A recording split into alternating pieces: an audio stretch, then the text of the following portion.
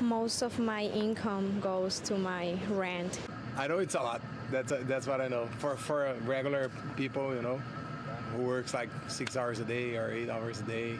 Vancouverites now spend, on average, over 60% of their income on rent, and that's according to a new report from live.rent. That's double the recommended 30% rent-to-income ratio, with the report saying that it reflects a mismatch between housing supply and demand in Metro Vancouver.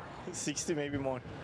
60, maybe more? Yeah, because it's, how can I say, it's all about how much income you have, right? And the minimum wage is low compared to the income, so it's prices going up. If I have to go anywhere else and rent anywhere at market rate now, I'd be hooped. So I'm like kind of like golden handcuffs. I'm probably only putting like 25 to 30% of my income towards rent, but I think that's only because I share a one-bedroom with my partner.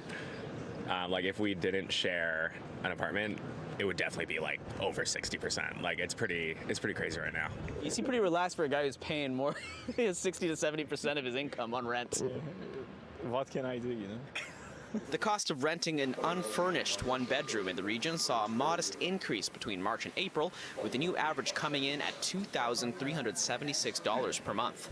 If you're another singleton looking for a place to live by yourself and you're earning an average income, irrespective of whether you're in your mid-20s or your 40s, chances are you're going to be paying a very hefty chunk of your total income. Housing advocate Margareta Dovgal is in the middle of her own housing hunt in Vancouver and isn't surprised that the rent-to-income ratio is so high right now. That said, she says she's encouraged by recent housing policies passed by the BC government. As an example, Live.Rent's report suggests that short-term rental restrictions coming May 1st have already led to former vacation rentals moving over to the long-term rental market. Yes, they're focusing on subsidized housing, below-market housing. They're also focusing on ways of essentially telling municipalities that have been lagging for a very long time, if you don't build, we're going to make sure that building happens. So there's a discussion happening right now around zoning, new legislation coming in that's, I think, going to massively improve the situation, but it's still going to take some time to get there. And in the short term, people are going to continue to struggle with these rental pricing rates. Live.Rent says rental averages still vary greatly across Metro Vancouver, with a big discrepancy between some areas in the Fraser Valley and other neighborhoods closer to downtown Vancouver.